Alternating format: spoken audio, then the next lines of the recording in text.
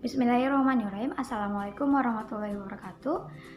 Saya Ayu Aja dari kelas PAI 5A, belajar dan pembelajaran PAI 2. Di sini saya akan memaparkan materi tentang komponen pembelajaran.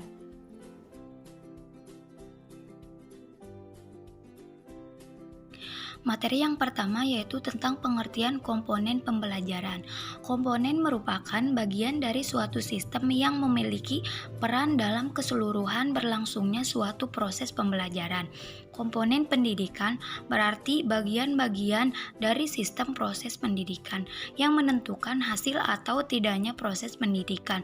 Bahkan dapat dikatakan bahwa untuk berlangsungnya proses kerja pendidikan diperlukan keberadaan komponen-komponen tersebut. Jadi, dapat disimpulkan bahwa komponen pembelajaran adalah kumpulan dari beberapa item yang saling berhubungan satu sama lain, yang merupakan hal penting dalam proses belajar mengajar. Dan untuk materi yang kedua yaitu tentang tujuan pembelajaran. Tujuan dalam pendidikan dan pengajaran adalah suatu cita-cita yang bernilai normatif. Dengan kata lain, dalam tujuan terdapat sejumlah nilai yang harus ditanamkan kepada anak didik. Tujuan tersebut mempunyai jenjang dari yang luas dan umum sampai pada yang sempit dan yang khusus. Semua tujuan itu berhubungan antara yang satu dengan yang lainnya, dan tujuan yang berada di bawah akan menunjang tujuan di atasnya. Dan yang ketiga itu ada bahan pembelajaran. Bahan pembelajaran atau bahan ajar merupakan bahan atau materi pembelajaran yang disusun secara sistematis yang digunakan pendidik dan peserta didik dalam proses pembelajaran. Secara umum, bahan ajar adalah segala bentuk bahan yang digunakan untuk membantu guru atau pendidik dalam melaksanakan kegiatan belajar mengajar. Bahan yang dimaksud bisa berupa bahan tertulis maupun bahan tidak tertulis. Dengan bahan ajar memungkinkan siswa dapat menguasai kompetensi melalui materi yang disajikan secara runtut dan sistematis sehingga mampu menguasai semua kompetensi secara utuh dan terpadu sesuai dengan tujuan, khususnya tujuan pendidikan agama Islam ini. Dan yang keempat itu ada strategi dan metode pembelajaran. Yang pertama, strategi pembelajaran adalah perencanaan yang berisi tentang rangkaian kegiatan yang didesain untuk mencapai tujuan pendidikan tertentu. Dari pengertian di atas ada dua hal yang perlu dicermati, yaitu yang pertama, strategi pembelajaran merupakan rencana tindakan atau rangkaian kegiatan, termasuk penggunaan metode dan pemanfaatan berbagai sumber daya alam pembelajaran. Nah, yang kedua, strategi disusun untuk mencapai tujuan, dan untuk metode adalah suatu cara yang dipergunakan untuk mencapai tujuan yang telah ditetapkan. Dalam kegiatan belajar mengajar, metode diperlukan oleh guru dan penggunaannya bervariasi sesuai dengan tujuan yang ingin dicapai setelah pengajaran berakhir.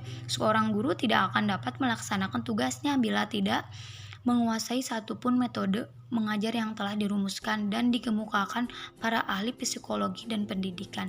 Dari pengertian di atas, metode pembelajaran khususnya pembelajaran PAI dapat diartikan sebagai cara yang digunakan oleh seorang guru agama dalam proses pembelajaran untuk mencapai tujuan yang sesuai dengan pendidikan agama Islam. Adapun untuk macam-macam metode pembelajaran, yaitu yang pertama ada metode ceramah, yaitu sebuah metode mengajar dengan cara menyampaikan informasi serta pengetahuan secara lisan kepada peserta didik. Nah, yang kedua, metode diskusi ialah cara mengajar yang sangat erat kaitannya dengan pemecahan suatu masalah. Dan yang ketiga, metode demonstrasi, yaitu metode dengan cara mengajar mempergerakkan sebuah barang peristiwa, aturan suatu aktivitas baik secara langsung maupun tidak langsung. Dan yang keempat itu metode resitasi. Metode mengajar di mana peserta didik membuat suatu resum dengan menggunakan kalimat sendiri. Dan yang kelima itu metode percobaan, yakni suatu metode pemberian kesempatan kepada peserta didik baik perseorangan atau berkelompok untuk dilatih melakukan proses percobaan. Dan yang keenam, metode karya wisata merupakan suatu perjalanan yang dilakukan oleh peserta didik untuk memperoleh pengalaman belajar. Dan yang ketujuh, metode keterampilan Ialah sebuah metode mengajar di mana peserta didik diajak ke tempat latihan keterampilan. Dan yang terakhir kedelapan, metode perancangan, yaitu metode di mana pendidik harus merancang sebuah proyek yang akan diteliti oleh guru atau diamati oleh guru. Dan untuk yang kelima itu ada media pembelajaran. Kata media berasal dari bahasa Latin medius yang secara harfiah berarti tengah, perantara atau pengantar. Dalam bahasa Arab, media adalah perantara atau pengantar pesan dari pengirim kepada penerima pesan.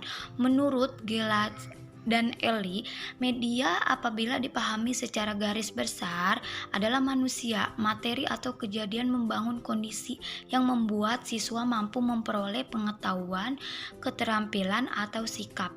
Dalam pengertian ini, guru, buku teks, dan lingkungan sekolah merupakan media. Secara lebih khusus, pengertian media dalam proses pembelajaran cenderung diartikan sebagai alat-alat grafis, fotografis atau elektronis untuk menangkap, memproses, dan menyusun kembali informasi visual atau verbal. Dan untuk macam-macam media pembelajaran, yaitu yang pertama ada media visual. Adalah media yang hanya mengandalkan indera penglihatan. Artinya, media ini hanya dapat dilihat saja, tidak mengandung unsur suara. Dan yang kedua itu ada media auditif. Adalah media yang hanya mengandalkan kemampuan suara saja, contohnya seperti radio. Dan yang ketiga itu ada media audiovisual, adalah media yang mempunyai unsur suara dan unsur gambar, contohnya seperti rekaman video, film, dan lain sebagainya. Dan yang keempat itu ada media berbasis cetakan. Media ini biasanya digunakan seperti buku teks, pamflet, poster, majalah, dan lain sebagainya. Dan yang kelima itu ada media pajang. Media pajang itu biasanya digunakan untuk menyampaikan informasi di depan kelompok kecil, contohnya seperti papan tulis. Dan yang terakhir media berbasis komputer. Media ini menggunakan komputer sebagai perantara untuk menyampaikan informasi kepada peserta didik. Dan untuk yang terakhir itu ada evaluasi pembelajaran. Evaluasi adalah kegiatan mengumpulkan data seluas-luasnya, sedalam-dalamnya yang bersangkutan dengan kapabilitas siswa guna untuk mengetahui sebab akibat dan hasil belajar siswa yang dapat mendorong dan mengembangkan kemampuan belajar siswa. Dan untuk kesimpulannya yaitu komponen pembelajaran adalah kumpulan dari beberapa item yang saling berhubungan satu sama lain yang merupakan hal penting dalam proses belajar mengajar. Di dalam pembelajaran terdapat komponen-komponen pembelajaran yaitu tujuan pembelajaran, bahan ajar, strategi dan metode pembelajaran, alat atau media pembelajaran, dan evaluasi. Dari semua komponen pembelajaran, antara komponen yang satu dengan yang lain memiliki hubungan saling keterkaitan. Nah, guru sebagai ujung tombak pelaksanaan pendidikan di lapangan sangat menentukan keberhasilan dalam mencapai tujuan pendidikan. Nah, untuk itu bagi setiap guru dituntut untuk memahami masing-masing metode secara baik dengan pemilihan dan penggunaan metode yang tepat untuk setiap unit materi pembelajaran yang diberikan kepada siswa. Maka akan meningkatkan proses interaksi belajar mengajar. Jika ada salah satu komponen pembelajaran yang bermasalah, maka proses belajar mengajar tidak dapat berjalan dengan baik.